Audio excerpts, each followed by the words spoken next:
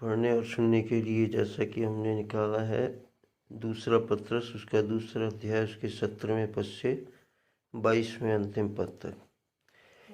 पिछले पदों में हमने शारोन के जरिए समझा था कि वहाँ किस प्रकार के लोगों के लिए बताया गया है। ऐसे लोग जो धन के लालच में गलत रास्तों पे चले जाते हैं, और ऐसे लोग जो आपका झूठ के मार्ग में को अपना लेते हैं, सच्चाई के मार्ग को छोड़ देते हैं। तो आज हम 17वें पद से पढ़ेंगे। वचन कहता है, ये लोग अंधे कुएं और आंधी के उड़ाए हुए बादल हैं, उनके लिए अनंत अंधकार ठहराया गया है। ऐसे लोग क्या हैं? जो सत्य को जानकर भी झूठ को अपना लेते हैं, जो लालच में फंसकर प्रभु के प्रेम को, प्रभु के विश्वास को, प्रभु के न्याय को भूल जाते हैं। ऐसे लोगों के लिए प्रभु का वचन कहता है कि ये लोग अंधे कुएं हैं और आंधी के उड़ाए हुए बादल हैं, उनके लिए अनंत अंधकार ठहराया गया है। वे व्यर्थ घमंड की बातें कर करके लुचपन के कामों के द्वारा उन लोगों को शारीरिक अभिलाषाओं में फंसा लेते हैं जो भटके हुओं में से अभी निकल ही रहे हैं। क्या होता है कि देखो, हर मनुष्य चाहता है कि वो परमेश्वर की वचन की ओर फिरे। क्यों? क्योंकि कहीं ना कहीं परमेश्वर का आत्मा जिसके द्वारा हर इंसान जीवित है, वो उसे गलत मार्ग में चलने से रोकता है। और जब कहीं कहते हैं ना कि अगर एक बीज सही जगह, जैसे यीशु मसीह ने बताया कि बीज बोने वाले के लिए कि बीज बोया तो जाता है, लेकिन क्या होता है, कुछ झाड़ियों में गिर के झाड़ियाँ उन्हें दबा देती हैं। झाड़ियाँ क्या हुई? यही लालच वाली बातें हैं। कुछ कहते हैं आपका पथरीली भूमि पे गिरता है, यानी कि बीज तो पनपता है, चाहे वो पथरीली भूमि पे भी गिरता है, चाहे झाड़ी में भी गिरता है। और पथरीली भूमि कैसे हुई? कि कठोर हृदय के लोग हुआ, यानी कि जो जानते तो हैं लेकिन मानते नहीं हैं, है ना।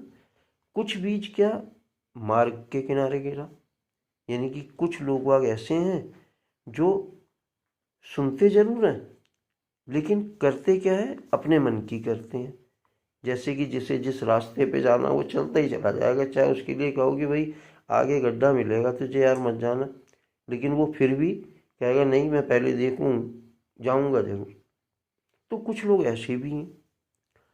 तो कहने का मतलब ये है कि ऐसे लोग, परमेश्वर का वचन तो वहाँ काम करता है ऐसे लोगों के बीच में, लेकिन क्या है कि जो लोग निकलना चाहते हैं इस संसार की सड़ाहट में से, बुराई में से, झूठ में से, तो जो ऐसे लोग हैं जिनके लिए, जिन्हें अंधा कुआं ठहराया गया है, जिन्हें आंधी के उड़ाए हुए बादल ठहराया गया है, जिनके लिए घोर अंधकार ठहराया गया है, ऐसे लोग क्या करते हैं, ऐसे लोगों को पकड़ लेते हैं।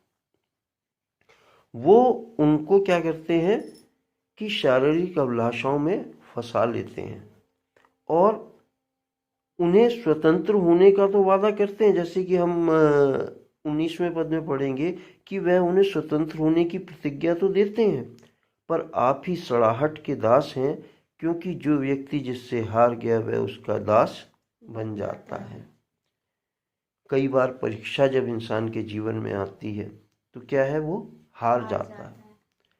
हार करके क्या होता है कि उसे मिल तो जाता है वो सब कुछ जिसकी वो अभिलाषा के लिए हारता है, लेकिन क्या है, वो उसका गुलाम हो जाता है। क्योंकि जीवन में जब कभी भी परीक्षा आती है तो वो खरा नहीं निकल पाता। बिरला लोग होते हैं जो एक बार ठोकर खाकर फिर दोबारा नहीं खाते हैं, है ना। तो हमें इन बातों से परमेश्वर का वचन समझाना चाहता है, और वो चाहता है कि हम कैसे बने, ऐसे इंसान ना बने।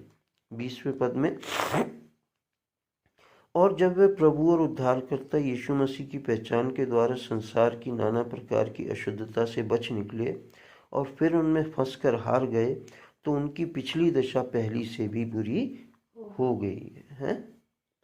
तो ऐसा हो जाता है कि वो लोग दिखाई तो पड़ते हैं हमें कि भैया वही यीशु मसीह ने जैसे कहा, चूना पिती हुई कब्र के समान है, कि ऊपर से तो चमकते दमकते दिखाई पड़ते हैं, प्रभु का वचन सुना रहे हैं, सारी बातें कर रहे हैं ना, लेकिन अंदर से क्या है, वो सड़ाहट जैसे कब्र ऊपर से साफ सुथरी चिकनी चमकदार दिखाई पड़ती है, चूना पुती, लेकिन अंदर क्या है, उसके सड़ाहट भरी होती है। तो इस टाइप के भी लोग हमें दिखाई पड़ते हैं। 21वें पद में, क्योंकि धर्म के मार्ग में ना जानना, धर्म के मार्ग में को ना जानना ही उनके लिए, हाँ, धर्म के मार्ग का ना जानना ही उनके लिए इससे भला होता कि उसे जानकर उस पवित्र आज्ञा से फिर जाते जो उन्हें सौंपी गई थी। उन पर यह कहावत ठीक बैठती है कि कुत्ता अपनी छांट की ओर और धोई हुई सूअरनी कीचड़ में लौटने के लिए फिर चली जाती है। तो ऐसे लोगों का क्या है कि जानते तो हैं सब कुछ और उस पवित्र आज्ञा को भी जानते हैं, और वो पवित्र आज्ञा क्या है कि सब कुछ से बढ़कर अपने पिता, अपने परमेश्वर से अपनी सारी बुद्धि, अपनी सारी शक्ति, अपनी सारी सामर्थ्य से बढ़कर तू अपने पिता परमेश्वर से प्रेम रख, और इसी के समान दूसरी भी कि तू अपने पड़ोसी से अपने समान प्रेम रख। लेकिन ये लोग क्या होते हैं कि जानते तो हैं लेकिन मानते नहीं हैं, दूसरों को भी समझाते बताते हैं लेकिन खुद नहीं मानते हैं, है ना। खुद वही चीज़ें करते हैं जिस तरीके से लिखा गया है कि धोई हुई नहलाई हुई सूअरनी अपने फिर कीचड़ में लौटने को चली जाती है। क्यों? क्योंकि संसार की अभिलाषाएं और संसार में जो कुछ लालच है, अभी जैसे कि मैं और अन्ना बात करते हुए आ रहे थे कि बेटा हम देखते हैं कि हमारी ज़िंदगी जो है वो पहले जैसी ही है, जबकि हम और लोगों को देखते हैं कि उनकी ज़िंदगी कुछ सालों में बदल जाती है ना। तो क्यों? हमारे साथ क्या है कि हमारे साथ प्रभु परमेश्वर है? हम उसके रहते हुए और उसको समझते हुए हम वो गलत काम नहीं कर पाते हैं जैसा संसारिक लोग लालच में फंसकर गलत कर जाते हैं। अब हम अलीगढ़ की प्रॉपर्टी के लिए ले लें, हमारी प्रॉपर्टी है इतनी महंगी कि आज अगर वो बिक जाए तो आज हम धनवान हो जाए, हैं? लेकिन क्या है कि जो रास्ते संसार हमें बताता है वो रास्ते हमारी आत्मा कबूल नहीं कर पाती कि हम उन रास्तों पे चले।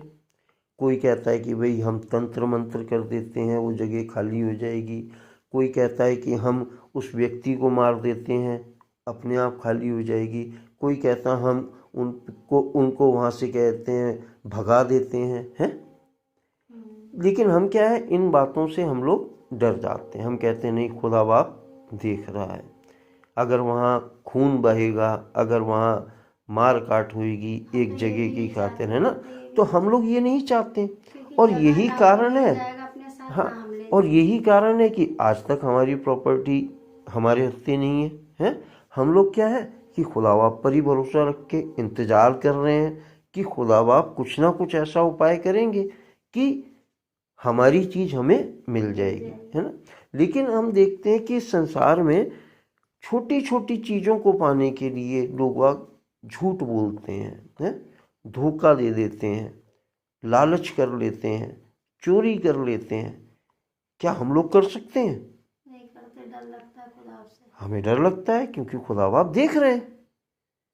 भाई खुदा बाप वो चीज़ है परमपिता परमेश्वर वो चीज है जो सबसे बड़ी बात तो ये है कि समझने की वो हमारे अंदर ही बसे हुए हैं। हम गलत करने जब जाते हैं तो वो धीमे से आवाज से बोल देते हैं तू ये गलत कर रहा है? तो हम अगर उनसे प्रेम रखते हैं तो हम वो काम कर ही नहीं सकते हैं। और अगर हम उनसे ही प्रेम नहीं रखेंगे तो हम कहेंगे हाँ मैं तो यही काम करूँगा, क्योंकि मेरे को तो फायदा दिख रहा है, मेरे को तो लालच, मेरे को तो नफ़ा दिखाई पड़ रहा है, मेरे को तो इसमें फ़ायदा दिखाई पड़ रहा है, मैं तो यही काम करूँगा, मैं नहीं सुन रहा, है ना। तो कहने का यही मतलब है कि अगर हम अपने प्रभु परमेश्वर की आज्ञाओं को मानते हैं कि जैसा उसने कहा कि तुम सबसे बढ़कर मुझसे प्यार करो, उसने धन को और अपने आप को अलग अलग ठहरा दिया। या तो हम धन की सेवा कर लें या हम परमेश्वर की सेवा कर लें, या तो हम सत्य पर चलें या तो हम झूठ को अपना लें, है ना। तो अगर हम सत्य पर चलते हैं, परम पिता परमेश्वर से प्रेम रखते हैं, तो शायद हो सकता है कि जो कुछ हमारा है हमें ना भी मिल पाए, लेकिन हमारे लिए एक और अवसर है कि इस संसार का जीवन जो थोड़ा सा है कट जाएगा, जैसे तैसे कट ही जाएगा, है ना। लेकिन जो अनंत जीवन है जिसके लिए खुदा बाप ने, पिता परमेश्वर ने वादा किया है कि तुम मेरे साथ युगानुयुग राज्य करोगे, तो ये 60, 70, 80, 100 साल की जीवन से कहीं बढ़कर वो जीवन है। तो हम लोग कहाँ आशा रखते हैं? हम अपने प्रभु के वचन पर आशा रखते हैं, और यही आशा हमें रखनी चाहिए, सदा सदा रखनी चाहिए। क्यों? क्योंकि ये जीवन एक दिन समाप्त हो जाएगा, लेकिन वो जीवन जिसके विषय में प्रभु परमेश्वर ने प्रतिज्ञा की है कि इस जीवन को जब तुम काट के मेरे पास आओगे दुख उठाते उठाते, तो तुम्हारे सारे आंसू क्या होगा? मैं पोंछ डालूंगा। क्यों? क्योंकि मैं तुम्हें देखता हूँ। वहाँ फिर तुम्हारा रोना नहीं होगा, वहाँ तुम्हारा आंसू बहाना नहीं होगा, वरन वहाँ तुम्हारे लिए आनंद ही आनंद होगा। इसलिए हम प्रभु परमेश्वर पर भरोसा रखें, उसकी आज्ञाओं को मानें और उस पर चलें, और सदा उससे लिपटे रहें, जैसी कि एक डाली पेड़ से जुड़ी रहती है। पिता परमेश्वर अपने वचन के पढ़े और सुने जाने पर बहुतायत से आशीष देवे। आमीन, आमीन, आमीन। प्रभु यीशु मसीह के नाम में। तेरी जय होवे सदा, सनातन तक तू राज करे, है तुझ सा कोई नहीं। सिंहासन पे विराजमान, धरती गाए तेरी गुणगान, है तुझ सा कोई नहीं। घुटनों पे आते हैं जय तेरी, गाते हैं। घुटनों पे आते हैं जय तेरी, गाते हैं। तू महान महान महान है, तू महान